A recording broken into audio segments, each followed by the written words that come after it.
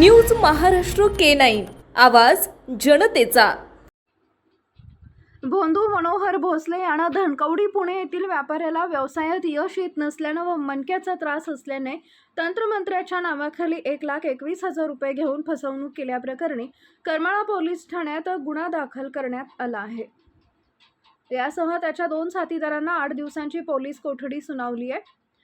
दलाराम सुतार यांना व्यवसायात यश येत नसल्याने व मणक्याचा त्रास असल्याने कोरोना लॉकडाऊन चालू होण्यापूर्वी 3 ते 4 महिने अगोदर करमाळा तालुक्यातील उंदरगाव इथं आरोपी मनोहर भोसले आणि विशाल वाघमारे यांनी व्यवसायात यश व मणक्याचा त्रास दूर करतो म्हणून सुरुवातीस 5,000 रुपये व नंतर 50,000 रुपये घेऊन पांढऱ्या रंगाच्या डब्यामध्ये पिवळ्या रंगाची हळदीसारखी पावडर भंडारा म्हणून दिली।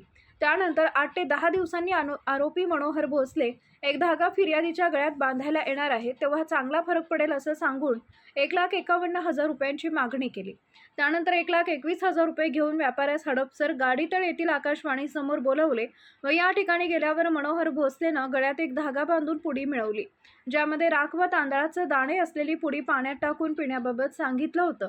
परंतु हा उपाय फिर्यादीस कोणताही फरक पडला नाही। या प्रकरणी करमाळा पोलिसांनी मनोहर भोसले व विशाल वाघमारे याच्या विरुद्ध गुन्हा दाखल केलाय। भोंदू मनोहर भोसलेसह अन्य 2 साथीदारांना जादूटोणा करून फसवून केल्याप्रकरणी करमाळा न्यायालयासमोर मंगळवारी करमाळा पोलिसांनी उभे केले असता न्यायाधीश शर्मा यांनी मनोहर भोसलेसह तिघांना पोलीस तपासासाठी 8 दिवसांची पोलीस कोठडी सुनावली आहे। दरम्यान करमाळा पोलिसात झालेल्या दाखल गुन्ह्यात भोंदू मनोहर भोसले यास मंगळवारी दुपारी 3:30 वाजता करमाळा येथील न्यायालयात आणण्यात आले। न्यायालयात सरकारी वकील वाघमारे यांनी व आरोपींच्या वतीनं सुभाष हुल्ल्याळकर यांनी युक्तिवाद केला।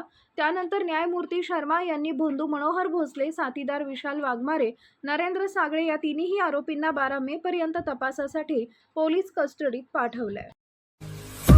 महाराष्ट्रातील महत्त्वाच्या आणि ताज्या बातम्या पाहण्यासाठी आमच्या न्यूज महाराष्ट्र K9 चॅनलला YouTube वर सबस्क्राइब करा आणि बेल आयकॉन प्रेस करा।